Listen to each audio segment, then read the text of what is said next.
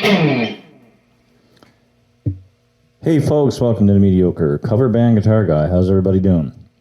So I woke up this morning with some new questions in my Gmail account. One wasn't really new. I just didn't actually see it, so I apologize. And two were. So I thought I would address some questions today. And you'll have to forgive me if I start sitting a little bit awkward. Hips are not in great shape today. All right, so the first question I got asked refers to a comment I made on one of my videos, and it said that the whole landscape of rock and roll has changed, which has changed what we're playing and what we're doing musically in cover bands. And the question I got was, do you think rock and roll is dead? According to Lenny Kravitz and according to Gene Simmons, yes, it is dead, but only in the mainstream. People are still making rock and roll. You got bands like Blackberry Smoke and Rival Sons that are really putting out some decent music right now and are rocking or roll. And like I said, it's not like it was back when we were kids. It was in the mainstream. You could listen to Tom Petty on the radio. He had actual hits. You could hear the Eagles on the radio. You could hear... Anyway, you get the whole thing. Foreigner, all that stuff. You just kind of got to dig deeper for it now. Mainstream radio isn't playing it as much. We don't have any rock and roll stations here playing new music by anybody, any current bands. They'll play new stuff on K-Rock if it's AC/DC or something like that. But like, if a new band started, they're not playing it. And I guess that's because, you know, they brand themselves as a classic rock station, right? So you're not really going to put out this or that. I think they should be playing some Blackberry Smoke on K-Rock. I really do. Those guys are awesome, and I think for a lot of people who don't know who they are, who like to drink and have parties in their garages and sheds and all that fun shit, you'd really enjoy the music, man. If you like rock and you like a bit of country and you like, you know, a little bit of southernness thrown in there, they're from southern USA. Really great band. You know, down around where all great rock bands are from, right?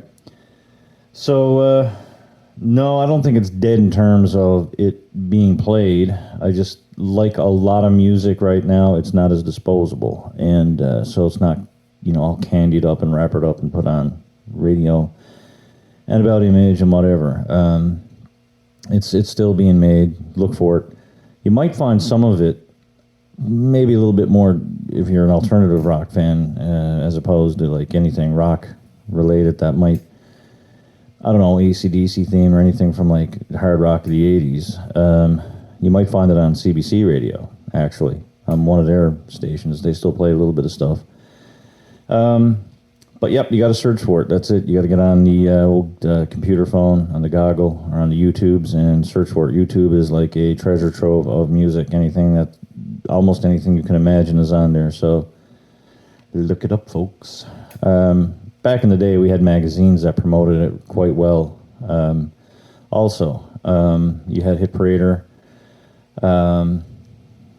you know, metal magazines. Rolling Stone was a rock and roll magazine at one time. And, you know, now it's not, because rock and roll isn't played on the mainstream anymore. So that's my answer to that question. Like I said, I think you just really got to go out and kind of look for it. And it's there. All right, so... look for it. Figured I'd say it again, right? You can play a drinking game with that one.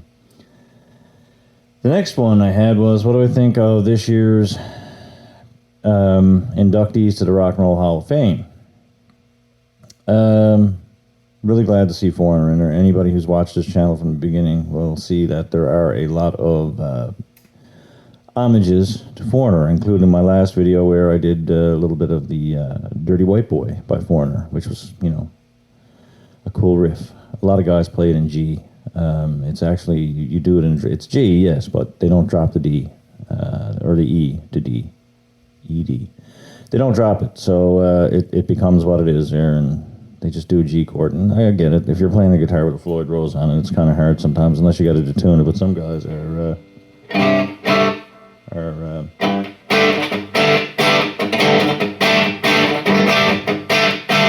it's kind of rough. Anyway, let's get back to where we were going. I don't know The Rock and Roll Hall of Fame thing for me, I think it's changed its spots a little bit. It's not so much about rock and roll. I think the fact that people like Green Day and Eminem got in there before Foreigner, I think the fact that Green Day are in there is a little bit, I don't know. Not because I don't think they deserve to be there. It just makes me feel fucking old because I remember buying Dookie when I was, a lot younger. Back when I had hopes and dreams and a set of good hips and knees. But, to see these bands going into the Rock and Roll Hall of Fame now, it's like, oh, Jesus, I'm old. But, so Foreigner, I'm glad. Kool and the Gang, a lot of great hits. It's not about rock and roll anymore. I don't know anything very much. I know one Mary J. Blige. I don't even know the name of the song. But I remember it was played all over the radio. And she's in there. A Tribe Called Quest, I don't know. Is it really rock and roll? No. So should they call it like the Music Hall of Fame? Maybe. I don't know. So, but Foreigner going in there, that makes me happy. And then the other part of it was, do I ever think bands like Iron Maiden are going to get in there? No, I think Bruce Dickinson kind of might have chopped the head off that serpent right there. And with some of the words that he's had about the Rock and Roll Hall of Fame and things that he said about the people who put people in the Rock and Roll Hall of Fame. So if they hold grudges, it's going to be like, they're like the Pete Rose of rock and roll, right? Heavy metal. They may never get in there. But the other thing is they're an awful lot like Rush. They still have a big fan base, huge fan base, huge following, still like selling out concerts all around the world. People still love them. The music is a little bit probably too mature and technical for the people who make these decisions for the Rock and Roll Hall of Fame now. I don't think they can wrap their head around it. They just need repetitiveness. Beyonce will be in there before Iron Maiden, and that's a fact. Here's a fun fact that's going to make everybody happy. Nickelback are actually eligible for the Rock and Roll Hall of Fame. Yep. They put out their first album in 99, folks, and we're at 2024. Criteria, 25 years after you released your first record, and they had a monster career. Love them or hate them. So they might be going in there pretty soon. Who knows? It all depends. I mean, if you're going to put Green Day and Eminem in there, might as well put Nickelback in there, And this is an interesting question that I dug out.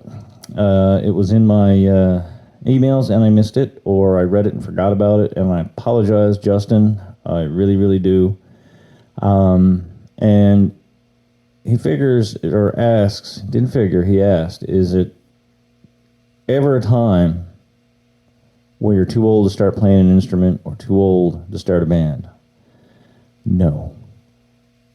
I think it's an awesome idea. I think if you retire from your job, there's no better thing to do. I mean, there's nothing saying you got to go out and play bars or bars where, you got little kids. You can find venues, especially in places that aren't St. John's, where people might actually go and enjoy what you're doing. People like me, who are still listening to rock and roll and not stuff that sounds like somebody beating on pots and pans or a set of work boots in a dryer, right? So there's that whole thing, right? You're never too old. And here's a story. This gentleman, I don't know his name. I worked with his daughter a long, long time ago, and unfortunately this gentleman passed of cancer. He had cancer back when I worked with his daughter and managed at that time to sort of beat it. He came back, unfortunately, but when he turned 55, he got his ear pierced, started playing guitar, and by 57, was playing in a band and gigging and playing rock. So let that be an inspiration to you when you think that. I don't think there's any age limit. I think eventually you're going to slow down. Eventually, if you're playing different music, you're going to find different venues, but I don't think you need to give up. There's always an audience out there somewhere, whether it's 2 people, tens of people, tens of thousands of people, who knows. But if you got a dream and you give up on it at any point in your life, then you're not living, right? That's always the theory I go by. And we all know how old I am because I talk about it quite often. But anyway, guys, thank you for tuning in. Thank you for the support. Thank you for everything that you guys do and go through these videos. Appreciate it very much. If you're, I'm telling people you don't have to subscribe to my channel. That's up to you guys. Somebody accused me a while ago of just doing this to try and make money. I'm here almost 4 years to the day. I still don't have 1,000 subscribers. I don't ever think I will see 1,000 subscribers. I get stuck at 885, I get to 886, then I'm down to 884. So I don't think that's ever going to happen. I don't think I'm going to get 4,000 watch hours. So this is why I'm telling you. You don't need to subscribe or whatever. If you're watching the videos, that's cool, man. I appreciate it. I appreciate y'all being here. And the people that regularly comment on the videos, thank you so much. I look forward to reading. So, Bill, love reading your comments. It's great. And just thanks for being here, guys.